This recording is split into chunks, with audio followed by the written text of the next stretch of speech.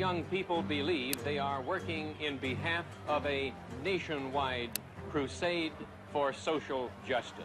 It's linked with the civil rights movement in the South. Many people were getting involved with that. And then it really grows with the opposition to the Vietnam War. The adult world might also be thankful that these young people are here and that they care. In 1964, the Berkeley administration came down heavy on the students. They told them they could no longer organize outside campus activities. They thought the students would acquiesce, but they didn't count on Joan Baez showing up. We're going to march in singing, "We Shall Overcome." We shall overcome. In reaction to the pressure put on them by the university administration, the students increased their activity. These were college students, and they wanted not to be clamped down in terms of what kinds of events they did and what kind of speakers they had on campus. The following year saw tensions between the university and the students, the government, the police, and the army escalate. By '68, clashes between students and police were a common sight on American TV. It came to a head in early 1969. The university president banned speeches, rallies, and any disruptive events on the central campus. He threatened to have any student arrested who participated in protests. California Governor Ronald Reagan declared a state of extreme emergency at UC Berkeley. I was at Berkeley in 1969 when Governor Reagan sent military helicopters over the university to dispense tear gas onto the students. And the National Guard came in with drawn bayonets. We got to see the real vicious face of state power.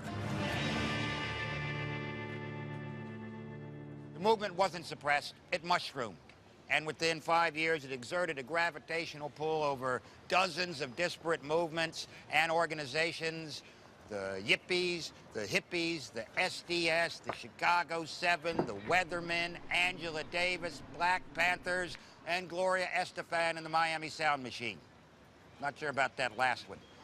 At no other time in history has America's fashion and music and lifestyles and culture changed more dramatically than in those 5 years between 1964 and 1969. A worldwide confluence of people trying to change things was eventually rolled into one unifying word: hippies. Be sure to wear some flowers in your hair. The one tiny thing the hippies didn't manage to change was basic, shitty, evil human behavior. Let it rain, baby. Damn. Try to make some sense of it all. On February the 4th, 1974, Patty Hearst was kidnapped from her Berkeley campus apartment by the Symbionese Liberation Army, a militant group that claimed it wanted to feed the poor and free the planet from suppression. The SLA fed Patty a lot of LSD, brainwashed her, and forced her to rob banks. On April 28, 1975, Patty Hearst, the granddaughter of William Randolph Hearst, drove the getaway car when the SLA robbed the Crocker Bank of California, owned by the grandson of Charles Crocker. So in some weird kind of way, the greed and corruption of California had come around full circle.